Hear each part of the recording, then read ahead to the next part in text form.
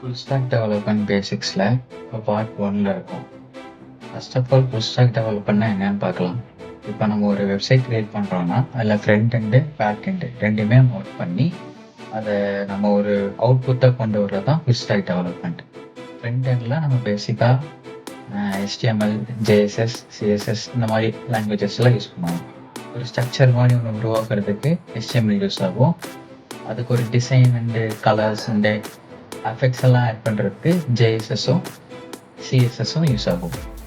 இது நம்ம நிறையா பார்ட்ஸாக பிரித்து போட போகிறோம். அதனால் நானும் லேர்ன் பண்ணிப்பேன், முடிஞ்ச அளவுக்கு அவங்களுக்கும் சொல்லித்தரேன். இது ஜஸ்ட் ஒரு 5 minutes தான் அந்த வீடியோ இருக்கும். ஸோ ஸ்கிப் பண்ணாமல் பாருங்கள்.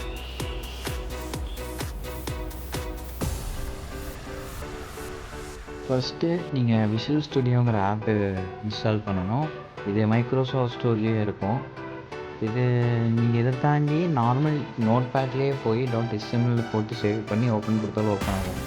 பட் விஷுவல் ஸ்டுடியோ இந்த ஆப் வந்து நிறைய இதை சப்போர்ட் பண்ணும். அப்புறமா நீங்கள் இன்ஸ்டால் பண்ணதுக்கப்புறமா உள்ள இந்த லெஃப்ட் சைடில் ஃபைல்ஸ் இந்த மாதிரி இருக்கும். அதை கிளிக் பண்ணிட்டு இங்கே ஓப்பன் ஃபோல்டர்ன்ட்டு ஒரு ஆப்ஷன் கேட்கும். நியூ ஃபோல்டர், ஓப்பன் ஃபைல் இந்த மாதிரிலாம் கேட்கும். அதில் வந்துட்டு நீங்கள் என்ன பண்ணணும்னா ஃபஸ்ட்டு ஒரு ஃபோல்டர் ஒன்று க்ரியேட் பண்ணிக்கணும்.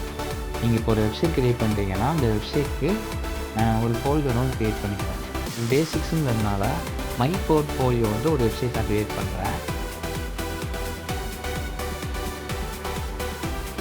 க்ரியேட் பண்ணிக்கிறேன். அந்த ஃபோல்டருக்குள்ள தான் நான் பண்ணுற எல்லாமே இருக்கும். இது பேசிக்ஸுங்கிறதுனால மை போர்ட்ஃபோலியோ வந்து ஸ்டார்ட் பண்ணலாம். இப்போ நீங்கள் அந்த ஒரு ஃபோல்டர் க்ரியேட் பண்ணிட்டீங்கன்னா க்ரியேட் பண்ண ஃபோல்டரை இந்த விஷுவல் ஸ்டுடியோக்குள்ளே வந்து நீங்கள் ஓப்பன் பண்ணணும். ஓப்பன் பண்ணிங்கன்னா உங்களுக்கு வந்து இதில் நீங்கள் அந்த ஃபோல்டர் மட்டும் செலக்ட் பண்ணிட்டு செலக்ட் ஃபோல்டர்னு கொடுத்தீங்கன்னா ஃபோல்டர் செலக்ட் ஆகும். ஃபோல்டர் செலக்ட் ஆனதுக்கப்புறமா நீங்கள் பண்ண வேண்டிய வேலைலாம் என்னென்னா இந்த நியூ ஃபைலுன்னு இருக்கிற அந்த சிம்பிளை கிளிக் பண்ணிட்டு index.htmlனு சேவ் பண்ணணும். அந்த HTML எதுக்குன்ட்டா முதல்ல சொன்ன மாதிரி ஒரு ஸ்ட்ரக்சர் க்ரியேட் பண்ணுறதுக்கு. நீங்கள் அந்த போர்ட்ஃபோலியோங்கிற ஃபோல்டருக்குள்ளேயே சேவ் பண்ணிக்கோங்க. நெக்ஸ்ட்டு மறுபடியும் கிளிக் பண்ணிட்டு script.jsஸ்னு இது க்ரியேட் பண்ணோம். அதுக்கப்புறம் மறுபடியும் கிளிக் பண்ணிட்டு style.jsஸ்னு இன்னொன்று க்ரியேட் பண்ணோம். ஃபஸ்ட்டே இன்றைக்கி ஃபஸ்ட் கிளாஸில் HTML மொத்தம் பார்க்க போகிறோம். ஓகே, இப்போது HTML பேசிக்லேருந்து ஸ்டார்ட் பண்ணுறேன்.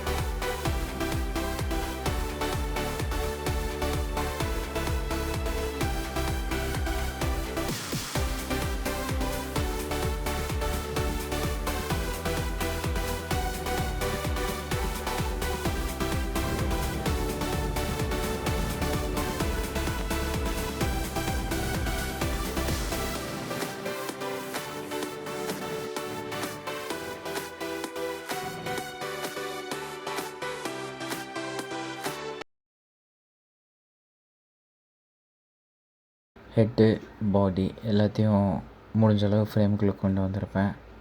இதுதான் இந்த ப்ரோக்ராமுக்கான HTML கோடு.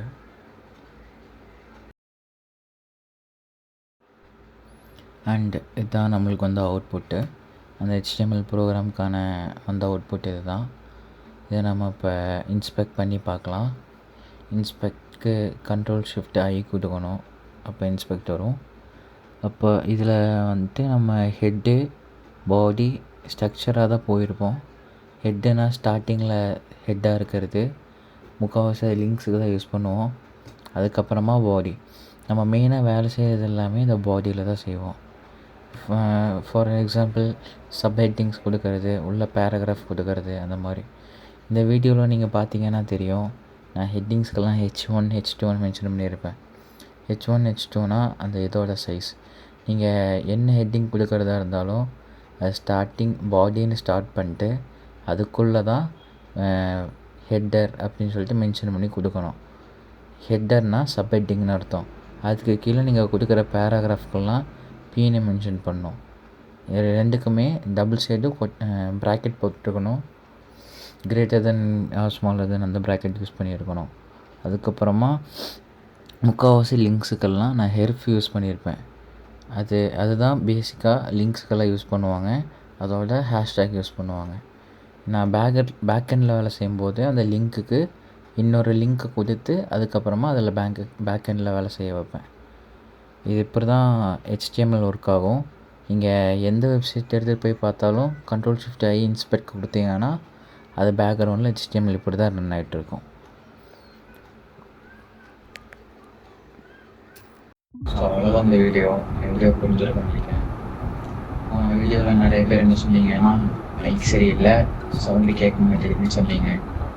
அதனால் இப்போது வீடியோ ஃபோனில் ரெக்கார்ட் போட்டு மைக்கு பதிலாக லேப்போட மைக்கை யூஸ் பண்ணிருக்கேன்.